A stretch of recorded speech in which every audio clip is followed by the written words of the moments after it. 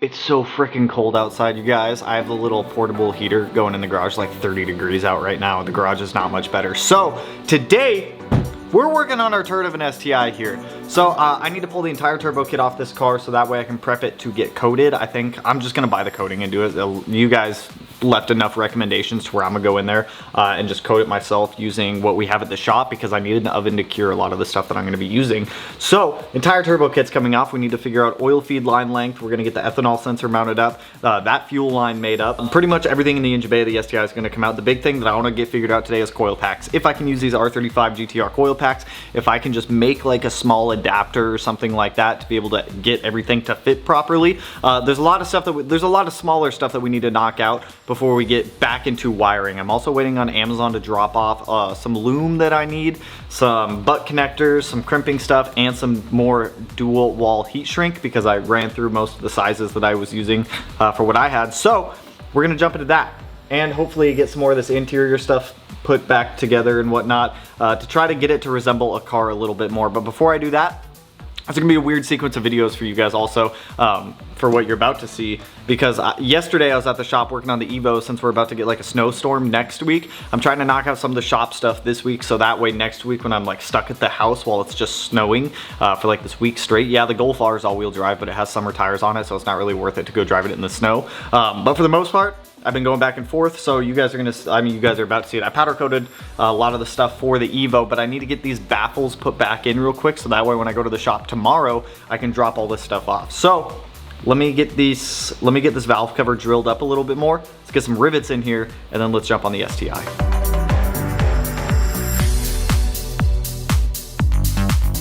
Ugh. Well, I don't have the right size rivets, so I just got those ordered, but I did get this nice box. Just dropped off fresh from our UPS truck. Oh, I just smacked myself in the face. I want to open this real quick. Okay, it's already open on that side. Oh, oh, oh, oh. Why are there so many lids to this box? What the hell? Evo 01 through 06. Dope. We got coilovers for the Evo, baby! Some fresh BCs. Now, I know what some of you guys are thinking. Tanner, you always say how much you love Fortunato. You're damn right. I do love me some Fortunato. However, with Fortunato's price increases, it's a little hard for me to justify spending that much on a set of Fortunatos. For a set of their 500 series because they're after tax and shipping, they're like $1,700, where a set of BCs shipped, and I know these are good quality, is like $1,150. I think I got these for like $1,150, and I know BCs are good quality. So yeah, we have coilovers for the Evo now. Dope. Let's jump to taking off this turbo kit on the STI. It's gonna have to be turbo, it's gonna have to be downpipe, turbo, exhaust manifold. The exhaust manifold is 3 different pieces, so let's just start yanking it all out. So before I go pulling this out, I need to, well, this turbo blanket can come off. Before I just pull this out, I need to measure an oil line length to be able to get us to our oil feed back there. Because right now this is just an EJ one that I've had sitting in the garage. I've had just kind of mocked up right there just so that way I could figure it out. So let me grab a piece of wire. We'll use a piece of wire to measure from here going down to our oil feed, which is on the back of the head. And then I can just write that down and get that length ordered. How long of an oil feed line are we looking at here? So, okay, using wire was a bad idea when there's wire everywhere in the engine bay. So 30 inches is how long I need to be able to get this guy on there, so I can go ahead and take that off. I'm gonna go ahead and pull some of this stuff off, and we're gonna get some of this stuff permanently mounted down, like our lower TGVs and a few other things, just so that way I can get these gaskets out of the gasket box I have in the back, because I see no reason why those need to stay on there. So let's just start pulling off this turbo kit first, and then we'll start dealing with some of that stuff.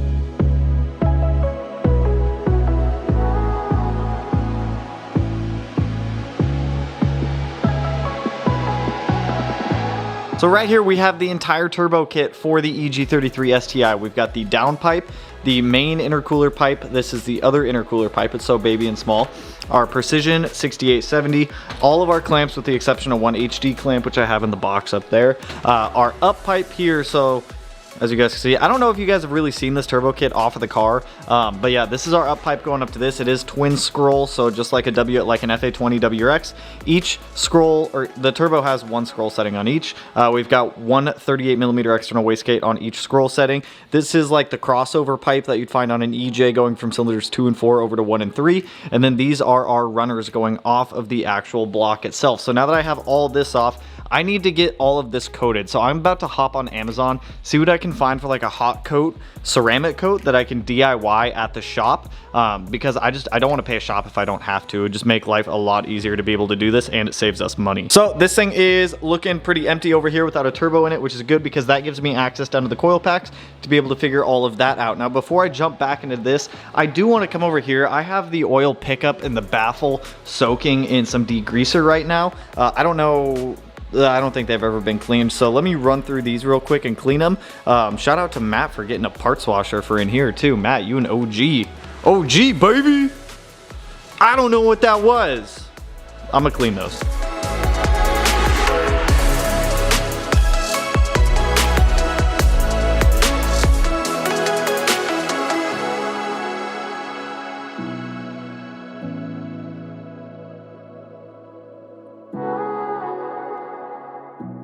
Yo, for some old, and I mean old, oil pickup and baffle out of this thing, I think it's 26 years old, that engine, just off the top of my head. That pickup and baffle was nasty, as you guys saw when it came out. It was just like soaked in oil, and it had gotten into the metal. They look like damn near brand new now. Look at how shiny and good those look. So I want to try to get these in the car permanently today. The way I plan on doing this pickup is the same way that Killer B does, is using a small extension right there, which I think I have one sitting around the garage, and I'm pretty sure it'll work for that also. So I'm gonna hop inside real quick and order some like Cerakote stuff or some type of heat like stuff that I can do in the garage, because all of this I can fit in an oven at the shop. So let me see what I can find online, and I'll get something ordered so that way we can get all this coated. So I was doing a little looking online, and it seems like Cerakote is the best option. The only downside to using Cerakote is I don't have any painting supplies. So that means I have to spend more money on equipment. So I'm gonna keep looking around and see what I can come up with. We'll figure something out regardless. However, some goodies showed up while I was looking that up. So the radium fuel pump hanger and our wall bureau 450, which is right down there, showed up for the Evo, as well as all the timing components, new timing belt, pulleys, idlers, everything like that, tensioner. So we have pretty much everything good to go for the Evo engine at this point. So when the block comes back, we can get it built, get it timed, get the head on, and fully build that thing. I have new oil seals. I have the valve spring compressor tool right there. So we should be pretty much good to go on that. Now for this guy over here, so intake manifold's going to come off. Fuel lines are going to get disconnected. I'm going to take the catch can out also, and then I'm going to get these lower TGV guys off, so that way I can get them permanently bolted on. On this one back here, I kind of screwed up a little bit, and I put a plug in somewhere where I shouldn't have, and I completely mangled the hole, so I need to helicoil that also. So I'm kind of hoping I have helicoils here. So let's get all this pulled off and fix that, and then get those permanently bolted back onto the motor.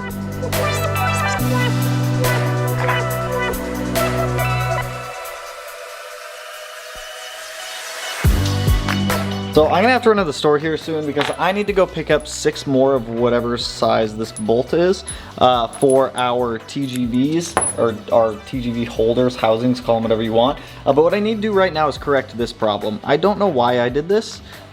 This was prior Tanner doing something that I don't know why the hell he decided to do that. But I need to get that plug out of there and then tap it for this guy to go in. So hopefully I'm not totally screwed here. I mean, if not, it's not the end of the world, but I don't know how I did that. Tanner, why would you do this to yourself, dude? Not even why would you, why did I? Okay, well, it came out nicely. I'm gonna definitely need to put a helicoil in that, so hopefully I have one for it. I just need to find a helicoil, which I'm pretty sure, I could have sworn that I had some freaking helicoils, dude. Dude, I have no idea where like half of the small trinkets I had sitting around for this stuff are, and it's like extremely frustrating. So I don't know where all of my helicoils are. This is the only one I could find, and it is definitely not the right thread pitch for this guy. I need this for the brake booster, so that's gonna have to go right in there like that. So I need to go to the auto parts store, but I can't because I'm waiting for some HVAC guy to show up, so hopefully he shows up soon. What I can do for now is try to get this to work with this. So the flanges are totally different on these. But I feel like if I up drill that hole right there, I can get it to line up with this. So I just need to make sure it's center, so that way we'll sit on there nice and flush. The holes line up. It's just trying to get this to work. So let's try up drilling this. I'm very frustrated because literally everything I need to do anything I don't have here, and it's all on order. That's one thing that I hate about the holidays, is everything takes forever to get here. And I know it's no fault of any shipping company, they're just overloaded and whatnot. So woo-saw, and I can't leave to go to the auto parts store to go grab stuff. So what I'm gonna do right now, well, actually, game plan for this, I'm not gonna try to like up drill that. I ordered some 1-inch OD 304 stainless steel. I'm just gonna cut that right where it's straight, weld on another inch of material, or I could do it down there. It really doesn't matter. I'll probably do it down there, so in the event if something did fail, it doesn't fail near where it picks up. It'll fail down there, so that way it can still be submerged if anything did happen. So we'll cut that off right at the flange. We'll weld on whatever length that is right there onto that, and then we can get that permanently bolted onto the car, as well as the baffle over there. So actually, I think I can just get the baffle put on the car right now. I might just do that. But before I do that, I'm gonna come over here. I'm gonna get the coolant overflow installed in the car. So I don't quite know where I'm gonna put this yet. I'm thinking somewhere over here. If I just like run it like right about there, that'll be our coolant overflow. So let me get this in the car because that is something I can do right now, and it's one less thing off the list. I also need to get bolts for this. I ordered an assorted bolt set too, because it's ridiculous the amount of small crap that I'm missing to be able to like put this stuff together.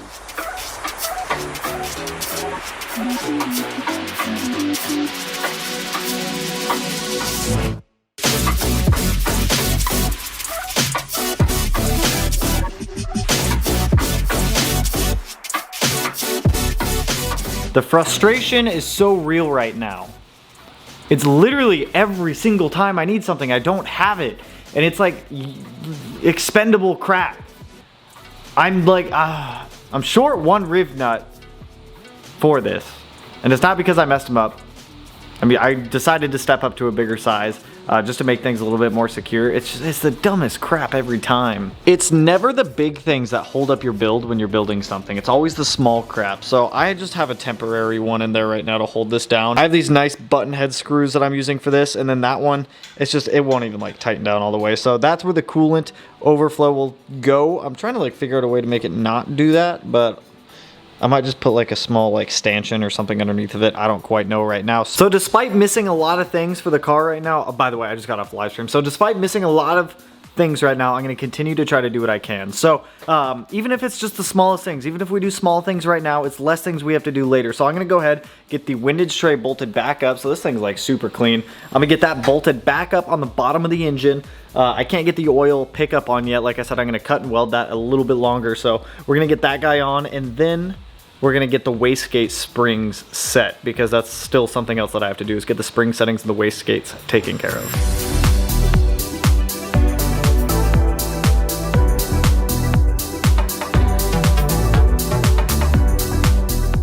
So I popped the water pump housing off, and as you guys can see, because we cut this and welded it 180 degrees, because this is for an EJ also, not an EG. So I found these studs that I have just sitting around. These are a little bit too long. So I need a stud that is about the same length as that. If it was fully threaded, normally I would just cut it and use it, but it's got this like weird section in the middle of it that isn't threaded, and I have absolutely no idea what that goes to. So scrap that idea. Studs will be ordered as well. So next up, we're gonna go ahead and get the spring settings set for both of our wastegates here. So I've got one set of tile springs here, one set of tile springs there. These are O-rings for the Vibrant HD clamps, so those can go somewhere down here, like right there. Normally, whenever it comes to setting up your wastegate, I'm fairly certain this holds true for twin scroll as well.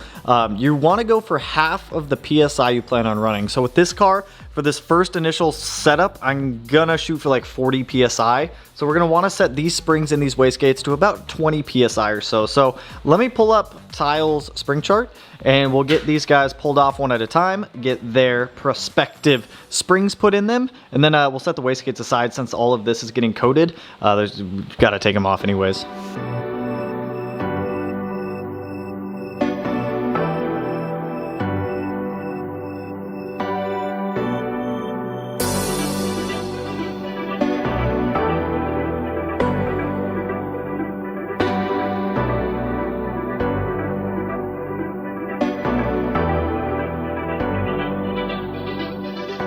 both of our wastegates set up. Both of these are set to about 20 pounds.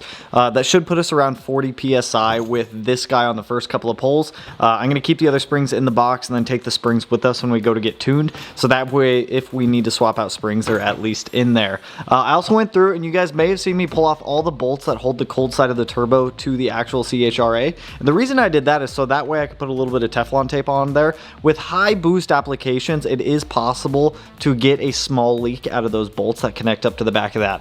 Tomorrow, when I go over to the shop, I'm going to take this with me so that way I can powder coat it, mask off that sealing surface right there, get the rest of this powder coated just to prevent it from rusting.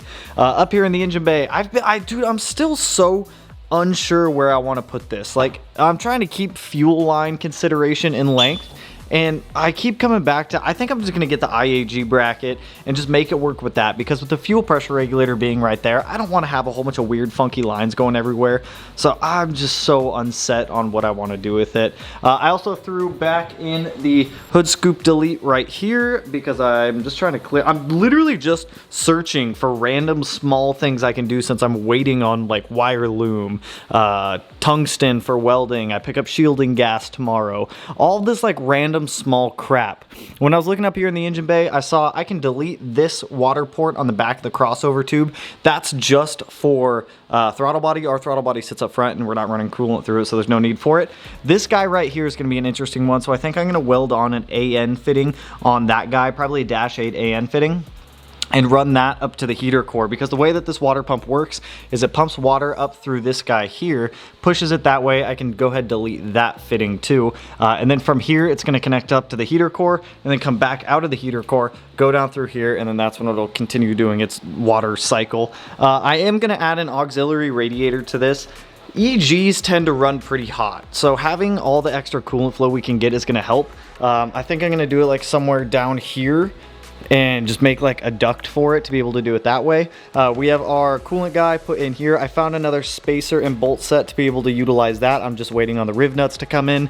So it's literally just a whole bunch of small stuff I'm waiting on at this point. And it's not even like parts that I'm waiting on. It's just like fabrication stuff and like small things, rivets, riv nuts, that kind of wiring loom, connectors, all the small things that enable me to be able to build this stuff. So I didn't think I ran that low on everything, but I guess I did, and I guess I ran low on it all at once when we needed it all at once. So I did a whole bunch of Amazon orders. Those should be here tomorrow, the bulk majority of them. I think the tungsten and some other stuff is going to take a couple of days.